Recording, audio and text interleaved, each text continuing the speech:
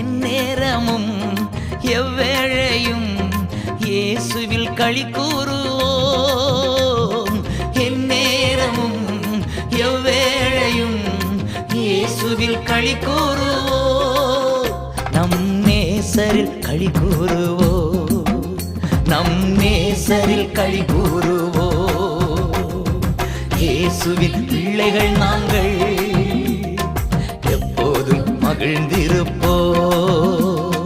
இயேசுவின் பிள்ளைகளே நேசரில் களி கூறுங்கள்.